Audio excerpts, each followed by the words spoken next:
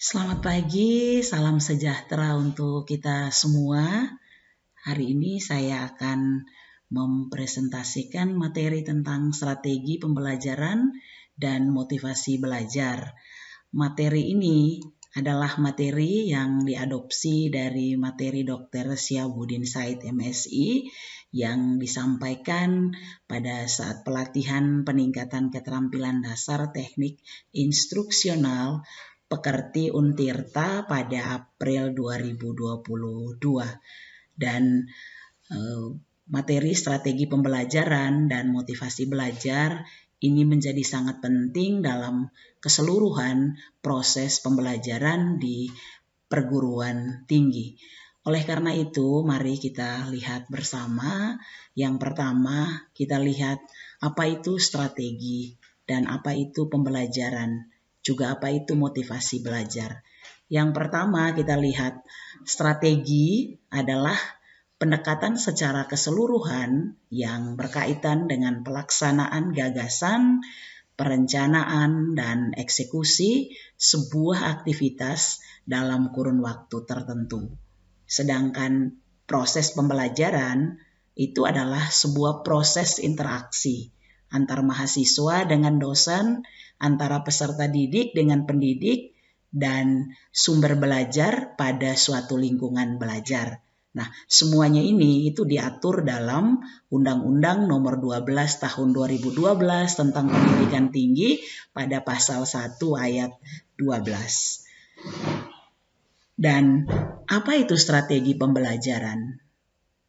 Strategi pembelajaran itu adalah suatu prosedur pembelajaran dalam membantu usaha belajar mahasiswa atau peserta didik untuk mengorganisasikan pengalaman belajarnya, lalu mengatur dan merencanakan bahan ajar agar tercipta suatu proses pembelajaran yang lebih efektif dan efisien untuk mencapai tujuan pembelajaran.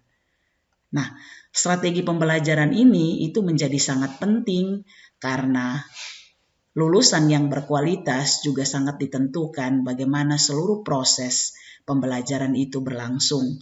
Dan proses pembelajaran bisa berjalan dengan baik apabila kita memiliki strategi pembelajaran. Nah, pentingnya strategi pembelajaran itu adalah yang pertama, kita tahu bersama bahwa pendidikan itu merupakan sektor yang sangat menentukan kualitas suatu bangsa. Kegagalan pendidikan itu berimplikasi pada gagalnya suatu bangsa. Dan keberhasilan pendidikan juga secara otomatis akan membawa keberhasilan untuk sebuah bangsa. Oleh karena itu, pendidikan menjadi sangat penting dalam seluruh proses kehidupan. Pada dunia pendidikan, hendaknya kita juga memperhatikan unsur pendidikan. Beberapa di antaranya itu adalah peserta didik, pendidik, software, manajemen, sarana, dan prasarana. Semua unsur ini itu menjadi sangat penting dalam keseluruhan proses pembelajaran. Dan aset yang diperlukan dalam pendidikan adalah sumber daya manusia yang berkualitas. Sumber daya yang berkualitas itu bisa dari mahasiswa atau peserta didik, bisa juga masyarakat maupun juga pendidik atau dosen. Dan pentingnya strategi pembelajaran itu adalah untuk yang pertama memberikan rumusan acuan untuk kegiatan pembelajaran. Yang kedua, itu untuk mencapai tujuan pembelajaran. Yang ketiga, menarik minat belajar peserta didik. Dan yang keempat, memotivasi, mendorong, menggerakkan, serta membimbing dan mengarahkan peserta didik. Dan ada macam-macam strategi yang bisa digunakan dalam keseluruhan proses pembelajaran. Yang pertama itu adalah strategi pembelajaran inquiry, ada strategi pembelajaran ekspositoris, ada strategi pembelajaran berbasis masalah, dan ada strategi pembelajaran kooperatif serta strategi pembelajaran meningkatkan keterampilan berpikir. Nah, mari kita lihat satu persatu. Untuk yang pertama, strategi pembelajaran inquiry itu adalah rangkaian kegiatan pembelajaran yang menekankan pada proses berpikir secara kritis dan analitis untuk mencari dan menemukan sendiri jawabannya dari suatu masalah yang ditanyakan. Nah, proses berpikir ini itu biasa dilakukan melalui tanya jawab atau diskusi atau dialog antara dosen dan mahasiswa. Strategi pembelajaran yang kedua adalah strategi pembelajaran ekspositoris. Itu lebih ditekankan pada proses pemberian pengetahuan atau materi yang diberikan baik secara lisan atau verbal oleh dosen kepada mahasiswa yang ingin membantu mahasiswa agar bisa menguasai materi pelajaran itu secara optimal dan efektif. Dan dalam sistem ini, dosen menyajikan materi dalam bentuk yang telah dipersiapkan secara rapi, secara sistematik, dan secara lengkap, sehingga mahasiswa tinggal menyimak dan mencerna saja secara tertib dan teratur. Yang berikut, strategi pembelajaran berbasis masalah. Strategi pembelajaran yang satu ini itu adalah strategi yang memadukan beberapa kegiatan pembelajaran yang menonjolkan pada proses pemecahan masalah ilmiah. Nah, strategi ini itu didasarkan pada psikologi kognitif yang dapat dibebaskan dari asumsi bahwa belajar adalah proses bagaimana kita mengubah perilaku itu melalui pengalaman konkret. Dan strategi yang berikut adalah strategi pembelajaran kooperatif.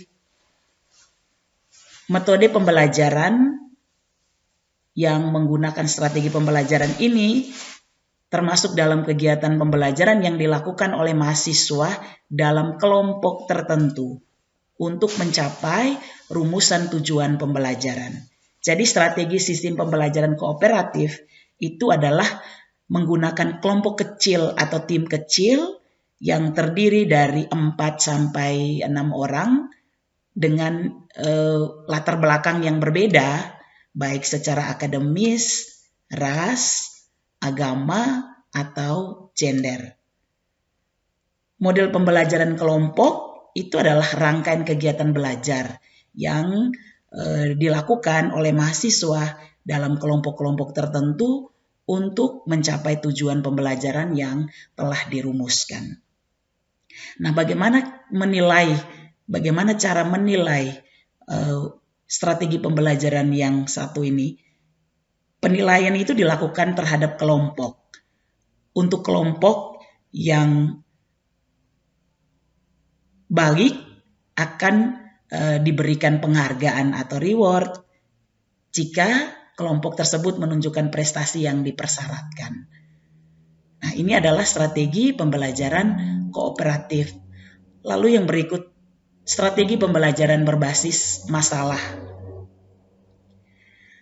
Strategi ini itu diterapkan untuk bagaimana mengutamakan kemampuan berpikir mahasiswa. Jadi materi yang disajikan itu bisa berupa bagaimana membimbing mahasiswa melalui proses menemukan konsepnya sendiri yang harus dikuasai oleh mahasiswa itu sendiri dengan cara secara terus-menerus melalui proses dialog dan menggunakan pengalaman mahasiswa.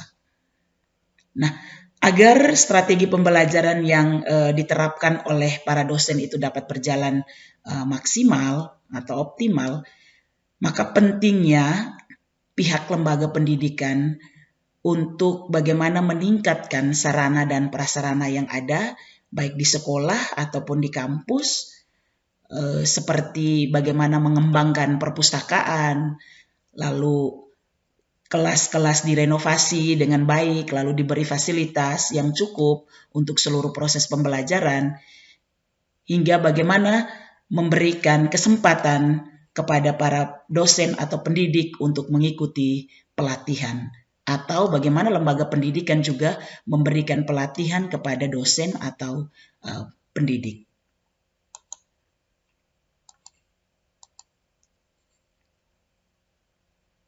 Nah, ada juga karakteristik proses pembelajaran, ada interaktif, inspiratif, bagaimana pembelajaran itu menyenangkan, pembelajaran itu menantang, lalu memotivasi peserta didik untuk aktif, dan memberikan ruang yang cukup bagi prakarsa, kreativitas, dan kemandirian sesuai dengan bakat dan minat serta perkembangan fisik dan psikologis dari peserta didik. Itu ada karakteristik dari proses pembelajaran. Nah, seluruh proses pembelajaran ketika menggunakan strategi pembelajaran itu akan berpengaruh besar terhadap lulusan, kompetensi lulusan, standar kompetensi lulusan. Jadi strategi pembelajaran menjadi sangat penting dalam keseluruhan proses pembelajaran. Lalu yang berikut kita lihat tentang motivasi belajar di perguruan tinggi. Kata motivasi sendiri itu artinya menggerakkan.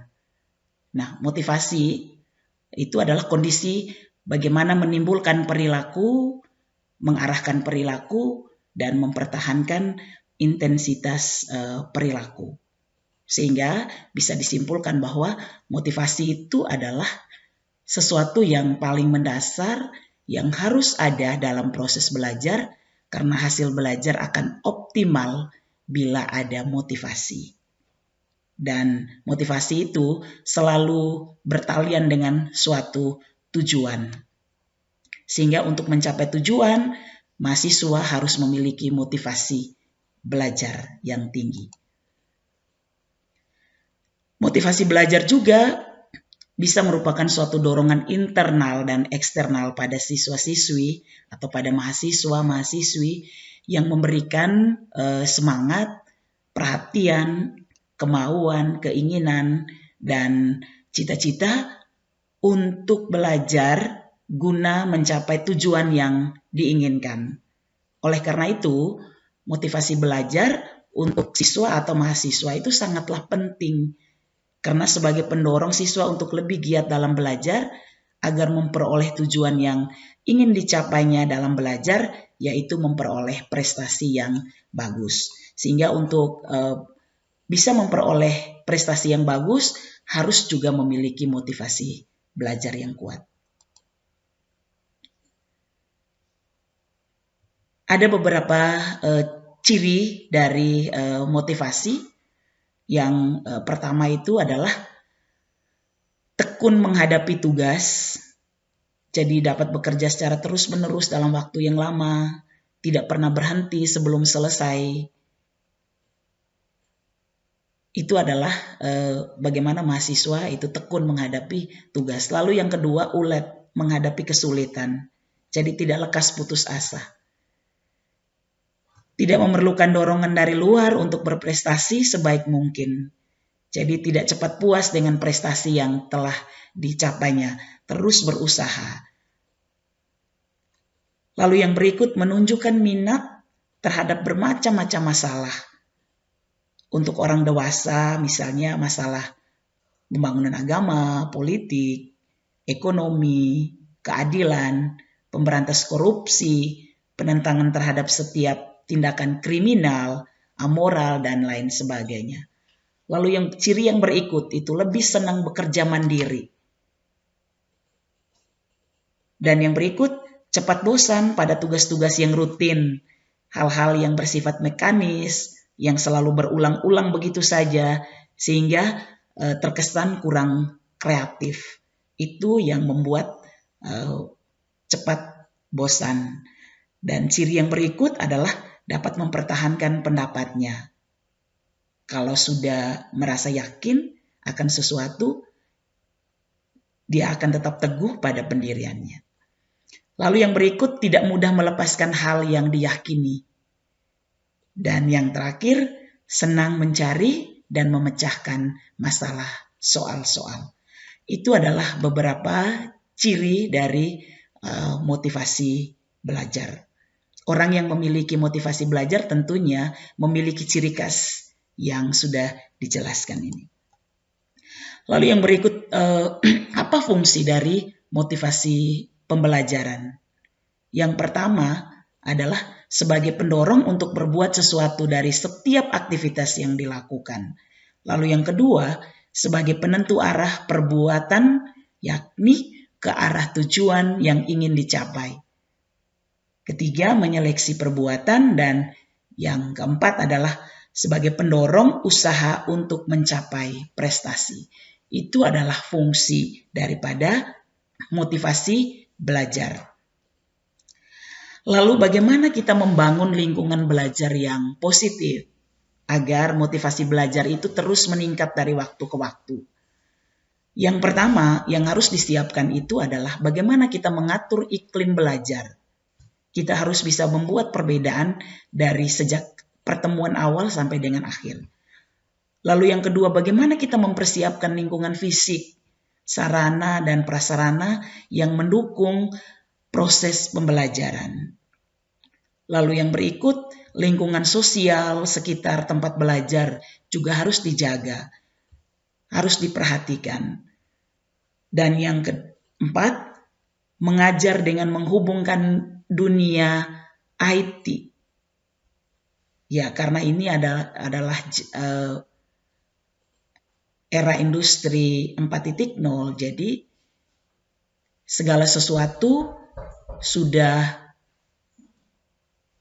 harus menghubungkan itu dengan dunia IT. Lalu yang berikut, bagaimana mengembangkan strategi belajar yang menarik. Dan yang terakhir, bagaimana menyiapkan kelas kecil dan kelas besar sehingga ada perbedaan. Itu adalah beberapa hal yang bisa dilakukan untuk bagaimana kita membangun lingkungan belajar yang positif, sehingga motivasi belajar itu bisa meningkat dari waktu ke waktu. Nah, ada juga strategi untuk bagaimana merangsang minat dan perhatian mahasiswa untuk mendukung motivasi belajarnya. Yang pertama, menggunakan metode penyampaian perkuliahan yang bervariasi. Jadi dosen tidak monoton untuk menyampaikan materi perkuliahan, tetapi selalu bervariasi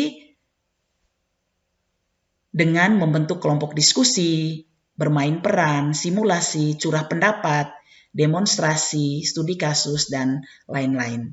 Nah, dengan membentuk kelompok diskusi, lalu bermain peran, dan beberapa metode yang bisa digunakan itu, maka kelas atau proses perkuliahan tidak akan membosankan. Lalu menggunakan variasi media, baik itu berupa media yang transparansi atau videotape, film, dan lain-lain. Untuk apa? Untuk supaya bisa melengkapi penyampaian perkuliahan. Lalu yang berikut, bila tepat, gunakan humor dalam presentasi perkuliahan. Misalnya dalam pelajaran matematika yang dianggap oleh mahasiswa atau siswa itu adalah pelajaran yang begitu sulit, maka dalam penyampaian materi, seluruh proses pembelajaran di kelas itu juga bisa menggunakan humor untuk supaya tidak membuat kelas itu menjadi kaku. Lalu yang berikut, gunakan peristiwa nyata sebagai contoh untuk bagaimana memperjelas konsep yang disampaikan. Dan yang terakhir, bisa menggunakan teknik bertanya untuk bagaimana kita melibatkan mahasiswa. Karena kurikulum sekarang itu adalah mahasiswa harus lebih aktif dalam keseluruhan proses pembelajaran. Nah, kita bisa mengukur kesuksesan kita itu dalam belajar dengan cara apa? Yang pertama tadi adalah kita membangun strategi pembelajaran, lalu kita harus juga memiliki motivasi belajar yang kuat, sehingga kita bisa sukses dalam belajar. Nah, sukses dalam belajar itu bila tujuan belajar itu tercapai. Jadi kita bisa mengetahui, learning to know, kita bisa menjadi diri sendiri, learning to be, bisa melakukan sesuatu, learning to do, juga bisa hidup bersama secara kooperatif, bisa hidup berkelompok, learning to live together. Nah, kesemuanya ini itu bisa dilakukan dan kita akan bisa sukses dalam belajar. Demikian materi tentang strategi pembelajaran dan motivasi belajar yang saya sampaikan, dan mohon maaf kalau misalnya ada hal-hal yang tidak tersampaikan itu secara baik, dan terima kasih. Tuhan memberkati. Salam sejahtera untuk kita semua.